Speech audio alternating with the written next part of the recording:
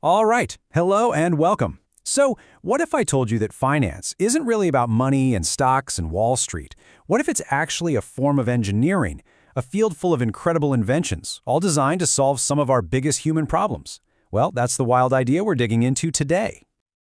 You know, this quote from Yale professor Robert Shiller, it just cuts right to the chase, doesn't it? It's asking us to kind of peel back all those intimidating headlines and see finance for what it can be at its best, a really creative and constructive discipline.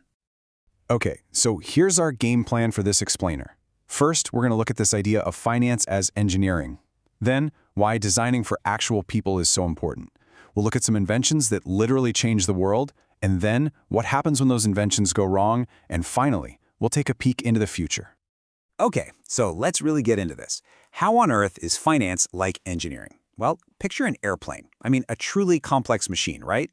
Thousands and thousands of parts, all engineered to work together perfectly for one single purpose, to get us from point A to point B. Financial products are kind of the same. They're tools, they're machines engineered to help us get where we want to go, whether that's starting a business, buying a house, or just saving for retirement. So this is where the real mind shift happens. Instead of seeing finance as this world of abstract, kind of scary numbers, this engineering view reframes the whole thing. It's a collection of tangible, purposeful tools that are designed to solve real-life problems. It's about seeing it less as, scary math and more as creative problem solving. But here's the catch with any machine. It has to be used by people. And let's be honest, people, we're complicated, right? We're not always rational. That's why engineers have a whole field called human factors engineering, and finance needs it just as much. A financial invention can be technically brilliant, but it's totally useless if people don't get it, don't trust it, or are just plain scared to use it. And that brings us to this really critical idea called framing. Basically, it's all about the packaging. How an idea is presented, the words you use, the story you tell around it, can be the difference between a massive success and a total flop. You can have the best invention in the world, but if the framing is wrong, it's just dead in the water. Okay, get this for a second.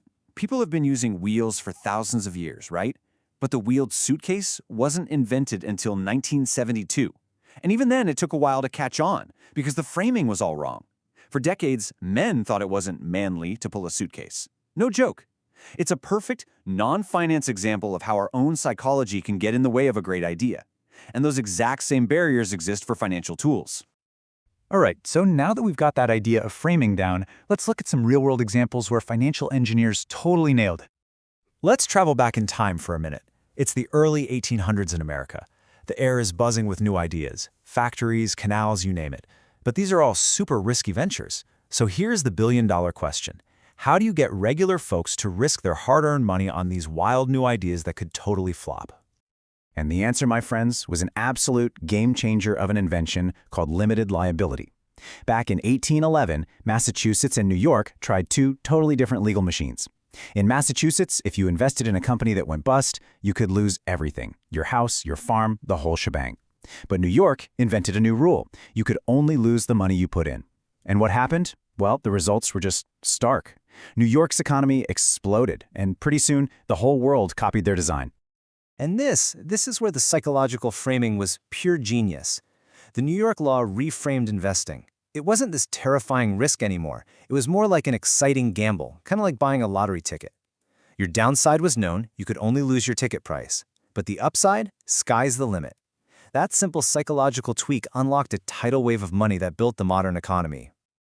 Okay, let's jump to a totally different problem, in a different part of the world. In the middle of the 20th century, Chile was dealing with absolutely crippling inflation. I mean, can you imagine? Your money was literally losing value by the hour. It got so bad they had to replace their currency twice. By 1975, one new peso was worth 1 million of the old pesos from just 15 years earlier. How can you plan for anything in that environment? So what do? Well, Chile came up with this incredibly clever piece of financial engineering, the Unidad de Fomento, or UF. Now, here's the key thing. You can't hold a UF in your hand. It's not physical money. It's a unit of account whose value is officially adjusted for inflation every single day. It's like a stable measuring stick in the middle of a financial hurricane. Okay, so let's make this real. Let's say you're renting an apartment in Chile. The contract says your rent is 15 UF a month. So every month, you just look up the official UF to peso rate for that day, do the quick math, and pay your rent in pesos. Your rent payment in real terms, in actual value, stays the same. It's just elegant, right? A simple but brilliant piece of engineering that solves a massive problem. But of course, it's not all success stories. Just like with any powerful technology, airplanes, bridges, power plants, sometimes new inventions have hidden flaws. And when a financial machine breaks, oh boy, it can break badly, and the fallout can be devastating. And this analogy, it's just perfect for understanding what happened in 2008. After that crisis, everyone was furious, and rightly so. But this engineering lens helps us see it not just as a story of greed, though there was plenty of that, but as a massive, catastrophic design failure in a whole new set of financial machines that very few people truly understood. And one of the key machines right at the heart of that meltdown was something called a credit default swap, or CDS. Now, on paper, it sounds pretty straightforward. It's basically an insurance policy on a loan. You pay someone a regular fee, and if that loan goes bad, they pay you. Simple enough, right? So, you can see the steps, right? Seems logical. But, and this is a huge but, there was a fatal flaw in the design. With normal insurance, you have to actually own the thing you're insuring. With a CDS, you didn't.